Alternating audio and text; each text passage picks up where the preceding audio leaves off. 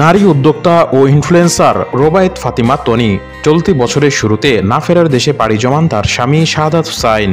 দীর্ঘদিন অসুস্থ থাকার পর ব্যাংককের একটি হাসপাতালে চিকিৎসাধীন অবস্থায় মারা গেছেন তিনি। এদিকে স্বামীর মৃত্যুর পর 2 সন্তানকে নিয়ে একাই তনি তার ব্যবসা প্রতিষ্ঠান দেখাশোনা করছেন।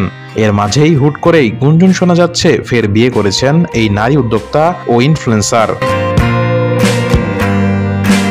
সম্প্রতি তনি তার ফেসবুকে এক ব্যক্তির জন্মদিন উদযাপনের বেশ কিছু ছবি শেয়ার করেছেন। মূলত এরপরই সামাজিক যোগাযোগ মাধ্যমে তার বিয়ের গুঞ্জনটি ছড়িয়ে পড়ে। তনি তার পোস্টে লিখেছেন, জন্মদিনের শুভেচ্ছা। তোমার মতো বিশেষ একজনের জন্মদিন উদযাপনের জন্য বছরে একটা দিনই যথেষ্ট নয়।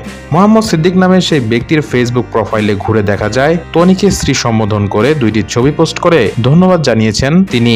লিখেছেন, আরও একটি বছর পেরিয়ে গেল, কিন্তু মনটা এখনো তরুণ। আমার জন্মদিনকে বিশেষ করে তোলার জন্য আমার প্রিয় স্ত্রীকে অসংখ্য ধন্যবাদ। তোমাকে অনেক ভালোবাসি। এদিকে তনির বিয়ে নিয়ে যখন নানা সমালোচনা চলছে, তখন অনেকেই তার পাশে দাঁড়িয়েছেন। অভিনেত্রী পারসোনা ফারদিন দিঘির মামা আবু নুসরাত ভিক্টর তার ফেসবুকে তনির পক্ষ নিয়ে লিখেছেন, জামাই মরছে 1 বছর হয় নাই, বেডি বিয়ে করে ফেললো। কেন রে ভাই, তার আগে যে নিজের সুখ বিসর্জন দিয়ে 2 বছর অসুস্থ জামাই নিয়ে দেশ বিদেশের হাসপাতালে ডিউটি দিল, ওইটা কাউন্ট করবেন না? আর উনি তো হুমায়ুন আহমেদের মতো কোনো লিজেন্ড বিয়ে করেন নাই যে তার পরিচয় বহন করে শাওনের মতো অবিবাহিত থাকতে হবে। উনি যথেষ্ট স্ট্রাগল করছে, এখন একটু সুখ করুক।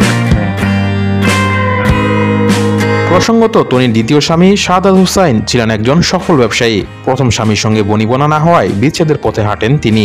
এরপর ভালোবেসে বিয়ে করেন শাহাদাতকে। তনি ও তার স্বামীর মধ্যকার বয়সের ব্যবধান নিয়ে সবসময় সমালোচনার শিকার হয়েছেন তনি।